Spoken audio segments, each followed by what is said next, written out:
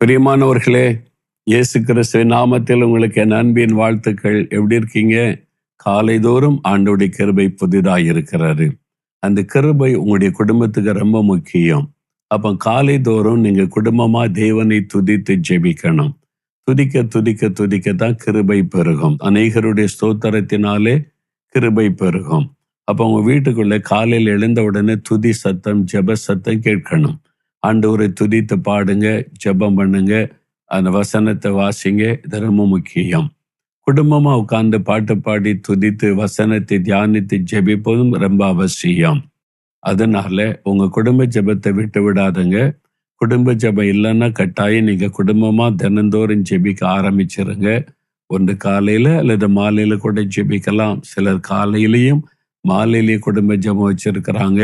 உங்க வசதிப்படி குறைந்தது ஒரு நேரமாவது குடும்பமா நீங்க தினமும் கூடி ஜெபிக்கணும். சரியா?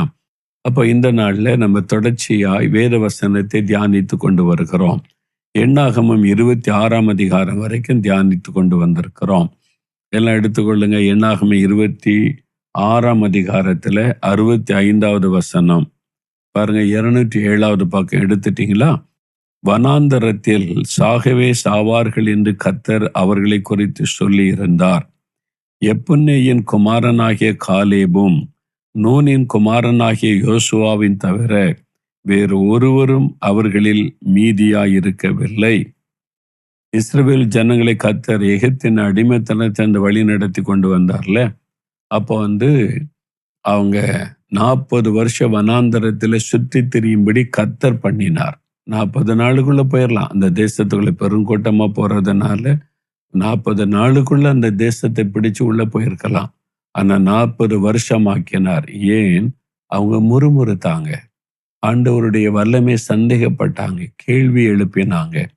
அதனால வனாந்தரத்தில் முறுமுறுத்தவங்க எல்லாம் இறந்து போயிடுவாங்கன்னு சொல்லி அங்கிருந்து எகிப்திலிருந்து புறப்பட்டதுல 2 பேரை தவிர எல்லாருமே வனாந்தரத்துல இறந்துட்டாங்க. பல லட்சம் பேர் இறந்து வனாந்தரத்தில் அடக்கம் பண்ணப்பட்டு போனார்கள்.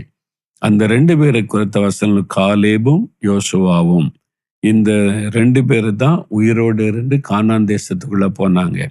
மோசே கூட உள்ள போக முடியல கானானுக்குள்ள. அவர் தூரத்திலிருந்து பார்த்தார், அவ்வளவுதான்.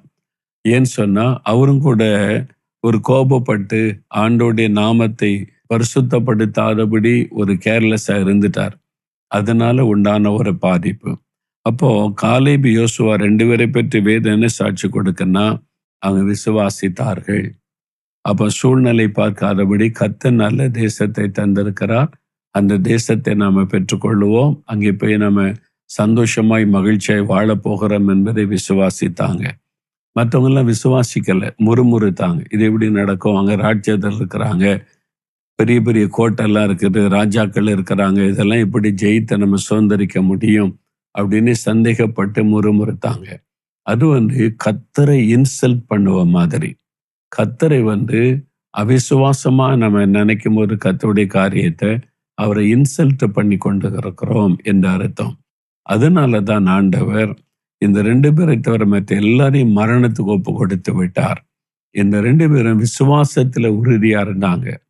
ஆண்டவர் தருவார், ஆண்டவர் கொண்டு வந்திருக்கிறார், கர்த்தருடைய நாமத்தினால நம்ம ஜெயிப்போம், நம்ம சாதிப்போம் அப்படின்ற ஒரு உறுதியான விசுவாசம் அவளுக்குள்ள இருந்தது.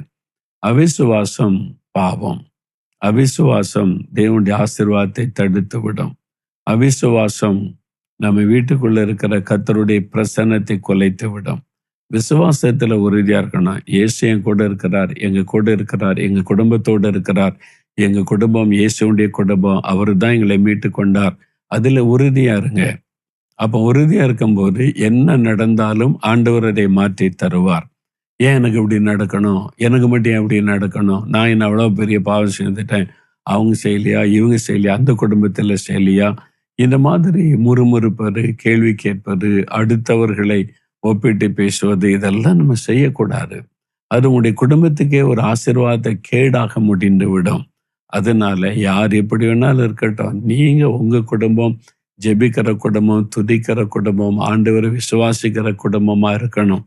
அப்போ முறுமுறுப்பு இல்லாமல் விசுவாசிக்கும் போதுதான் ஆண்டவர் அற்புதம் செய்ய முடியும்.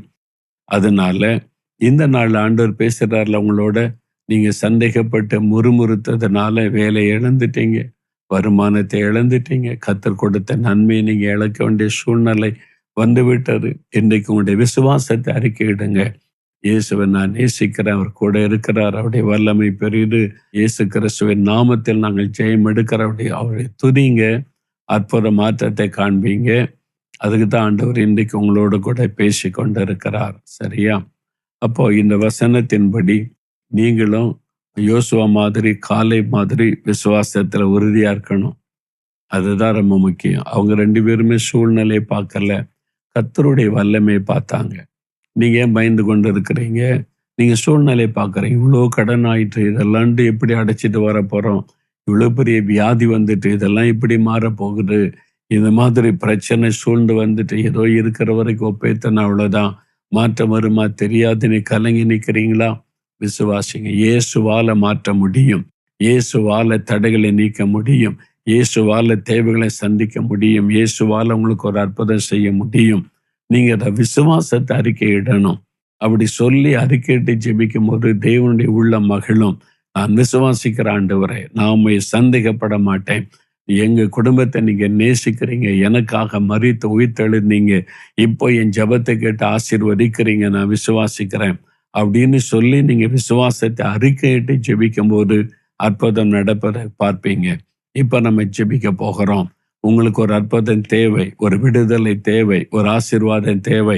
உங்க குடும்பத்துக்கு விரோதமாய், உங்களுக்கு விரோதமாய் சாத்தான் எழும்பி அவன் ஜெபத்தை தடுக்க பிரயாசப்படுகிறான். உங்களுடைய சந்தோஷத்தை கெடுக்க பிரயாசப்படுகிறான். இந்த நேரத்துல நீங்க எழும்பணும்.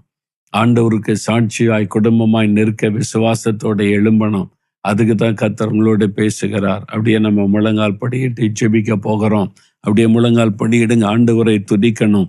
ஆண்டவரை சந்தேகத்தின் ஆவி, அந்த மாதிரி பாவத்தை மன்னியும், சந்தேகப்பட்டது, முறுமுறுத்தது, ஆண்டவரை குறை சொன்ன பாவம், அதையெல்லாம் அறிக்கையிடுங்க. இதுதான் உங்களுடைய ஆசீர்வாதத்துக்கு தடை. ஆண்டவரையே குறை சொன்னீங்களே, எனக்கு மட்டும் ஏன் இப்படி நடக்கணும்? ஆண்டவருக்கு மேல் அக்கறை இல்லை, அன்பு இல்லை, மறந்துட்டாரு, இயேசுவை குற்றப்படுத்தினோமே, இதெல்லாம் மன்னி ஆண்டவரன்னு கேளுங்க. வாய் திறந்து கேளுங்க. ஆண்டவரை மன்னிச்சிரும். அவிசுவாசத்தை இடம் கொடுத்துட்டேன், தவறான நம்பிக்கைக்கு இடம் கொடுத்துட்டேன், மன்னியும். ஆண்டவரே, உம்முடைய அன்பை சரியா நான் புரிந்து கொள்ளல, தெரிந்து கொள்ளல, முறுமுறுத்தேன், கோபப்பட்டேன், இந்த பாவத்தை எல்லாம் கர்த்தர் மன்னியும், மன்னியும். என்னை ஒப்பு கொடுக்கிறேன், அறிக்கை இடுகிறேன். இப்பொழுது அர்ப்பணித்து என் குடும்பத்துக்காக ஜெபிக்கிறேன். எங்க வீட்டுக்குள்ள ஆசீர்வாதம் உண்டாகணும், தடைகள் விலகணும், காரியங்கள் வாய்க்கணும், அற்புதங்கள் நடக்கணும், பண பிரச்சனை எல்லாம் நீங்கணும், கடன் பிரச்சனை மாறணும், தொழில் ஆசீர்வதிக்கப்படணும். இயேசுவின் நாமத்தில் ஆண்டவரே, இங்க தெருவில் இருக்கிற எல்லாரும் இந்த சத்தியத்தை அறியணும், அவங்களும் ரட்சிக்கப்படணும், அறியணும், வேதத்தை வாசிக்கணும். ஆண்டவரே, எங்களுடைய மாவட்டத்துக்காக ஜெபிக்கிறேன். எல்லார் மேலும் உம்முடைய ஆளுகை வரணும். ஆண்டவரே, அதிகாரத்தில் உள்ளவங்களாம் ரட்சிக்கப்படணும், உம்மை அறிந்து கொள்ளணும். அதற்காக நான் ஜெபிக்கிறேன், நாங்கள் ஜெபிக்கிறோம். தகப்பனே, ஒவ்வொருவரை நீ தொடுகிறதற்காக, ஆசீர்வதிக்கிறதற்காக உமக்கு ஸ்தோத்திரம். ஆண்டவரே, இந்த நாள் முதல் உங்களுடைய தேசத்திலும் இந்த ஆசீர்வாதம் உண்டாகட்டும். தமிழ்நாட்டை ஆசீர்வதியும், இந்தியாவை ஆசீர்வதியும், ஆளுகிறவர்கள் மீது உம்முடைய கரம் இருக்கட்டும், அவர்களை பயன்படுத்தும். ஆண்டவரே, ஒப்பு கொடுத்த நாங்கள் ஜெபிக்கிறோம். ஆண்டவரே, எங்களுடைய ஜெபத்தை கேட்டதற்காக ஸ்தோத்திரம். இன்றைக்கு எங்களுடைய குடும்ப தேவையை சந்தியும், இந்த கடன் பிரச்சனைகளை மாற்றும், இந்த நெருக்கங்களை மாற்றும், உபத்திரவத்தை மாற்றும், ஒரு அற்புதம் செய்யும். இயேசுவின் நாமத்தில் இன்றைக்கு எங்கள் வீட்டுக்குள்ள இந்த காரியம் நடக்கணும், இந்த அற்புதம் நடக்கணும், இதில் அதிசயம் நடக்கணும். இயேசுவின் நாமத்தில் இந்த ஆசீர்வாதம் உண்டாகட்டும். இயேசுவின் நாமத்தில் ஜெபிக்கிறோம் பிதாவே. ஆமேன், ஆமேன். என் ஆத்துமாவே கர்த்தரை சோஸ்தரி, என் முழு உள்ளமையுடைய பரிசுத்தமுள்ள நாமத்தை சோஸ்தரி. என் ஆத்துமாவே கர்த்தரை சோஸ்தரி, அவர் செய்த சகல உபகாரங்களை மறவாதே. ஆமேன், ஆமேன்.